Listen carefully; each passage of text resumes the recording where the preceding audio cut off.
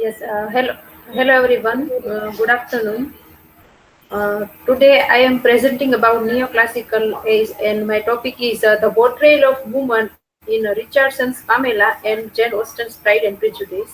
Let me share my screen.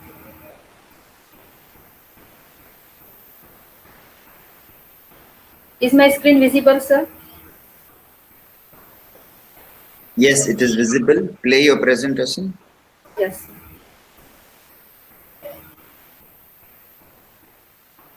So my today's topic is the portrayal of women in Richardson's Pamela and Austen's Pride and Prejudice. Uh, Jane Austen. In the novel Persuasion by Jane Austen, I have quoted one quote by Anne Elliot, is the character of the Persuasion, that men have had every advantage of us in telling their own story. Education has been theirs in so much higher a degree. The pen has been in their hands. I will not allow books to prove anything. So how could in a social context of gender and class division, Jane Austen managed to tell her story of woman in a way that still nowadays is controversial, and it is also a matter of study. So, how could she do that in a world ruled by a man? How did Jane Austen portray women and their situation? Which influence did she have, and how did she use them? Is there a different the treatment of women, their portrayal of their situation in the work of male and a female writer? So if we can talk about Samuel Richardson, then men telling us stories about women. Samuel Richardson portrayed a woman in a different way. If we look at the Pamela, so at the end of the story, Pamela is trying to abuse by her master, Mr. B, and therefore she fall love with him, and at the end of the novel, she also married with Mr. B.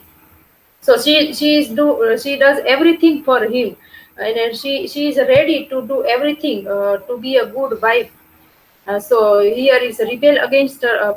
Richardson has portrayed rebel against her master and a man and a superior in term of class. Is he trying to denounce the oppressive and the repressive situation of women, or is he trying to make a religious defense of the principle of morality, virtue, and innocence?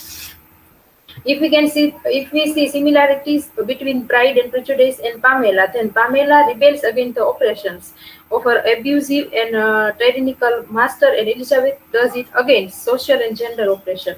Elizabeth finds a way of stating her opinion on those matters affecting the inequality of women, and these both end up falling in love with the protagonist, and they both marrying the men that they had at the beginning of the novel. Men that are superior to them in social class, and that consequently turn out to be a real advantageous marriages of both of them. So here we find this similarity, and other similarities, they both have to confront a powerful and a superior woman related to their present time. In the case of Pamela, and in future times in the case of Elizabeth Bennet, husband that is against the marriage, and Lady Devers and the Lady Catherine Borough both use their power to confront Pamela and Elizabeth. And in this both novel, we also find the theme of class and gender inequality. Uh, and other is differences in Pride and Prejudice and Pamela. If we see the differences between both these novels, then in Pamela, women are praised for being virtuous, being modest, and also being innocent. And while in Pride and Prejudice, we find a woman's praised for being intelligent and for their quickness or liveliness of mind.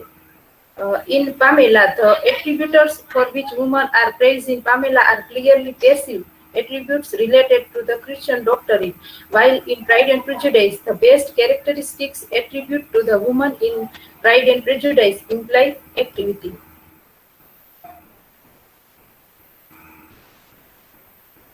I think I have lost. Am I audible? Yes, you are. My slide is not moving, so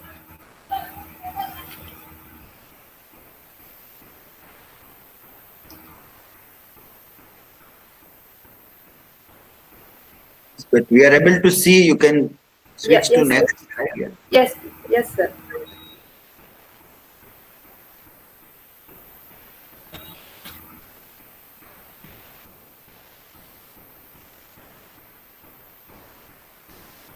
I think now it is visible.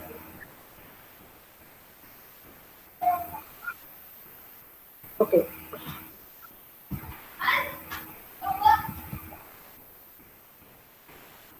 Okay, so what was the purpose of Richardson's and Jane Austen?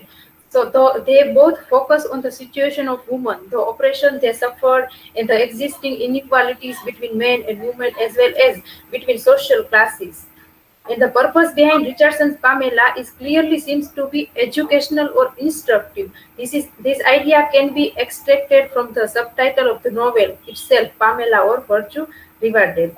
Austen does not seem to have a religious or devotional purpose when writing her novels. Jane Austen uses irony, satire, and pretext of marriage as supposed narrative goal to make emphasis on gender oppressions and inequality. And Jane Austen's heroines are intelligent and able to express their own ideas.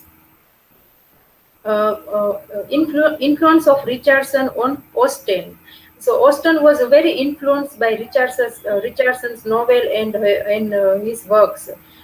Austen was a reader and admirer of Samuel Richardson's.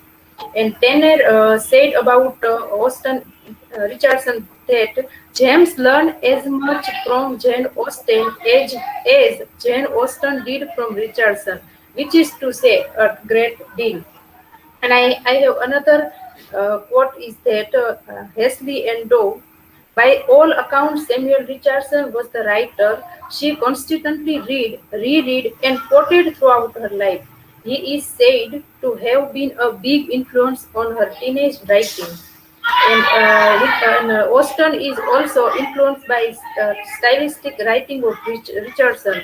Both writer have used form epistolary novel, and Jane Austen was also influenced by the stories about women told by men. At the end of this presentation, I would like to say that although some similarities can be established between Samuel Richardson's Pamela and Jane Austen's Pride and Prejudice in the way they put forward and emphasize gender and class inequalities and the oppression suffered by women, their way of portraying women is very different. And this is the citation that I have. Thank you, sir. Yeah. Keep the citations open. Yes, sir.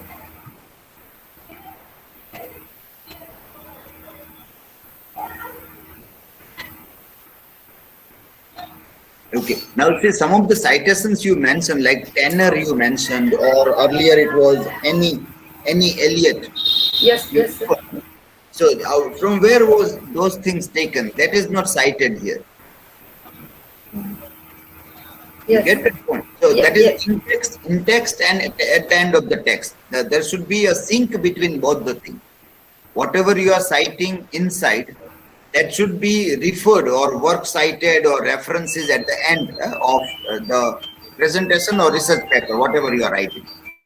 There you have to Yes. submit. That is, then it is, you get full points for that.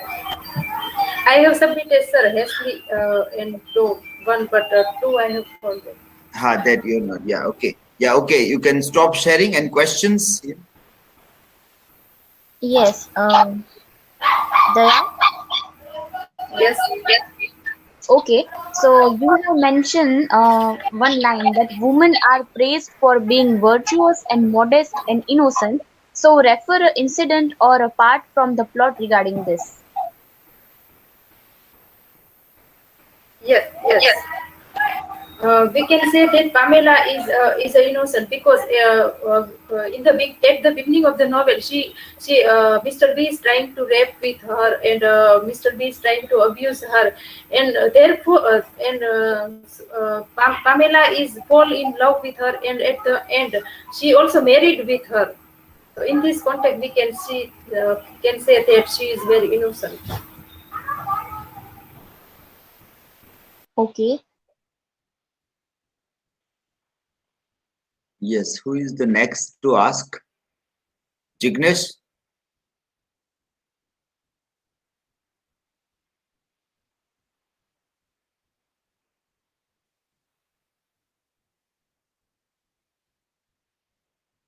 Unmute your mic, Jignesh.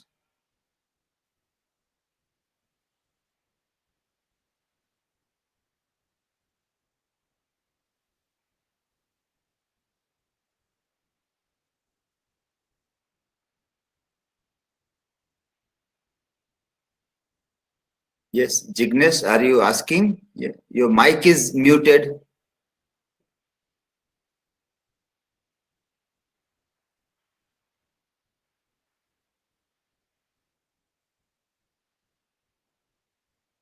Okay, put your question in the chat. Okay, Jignesh, put your question in the chat.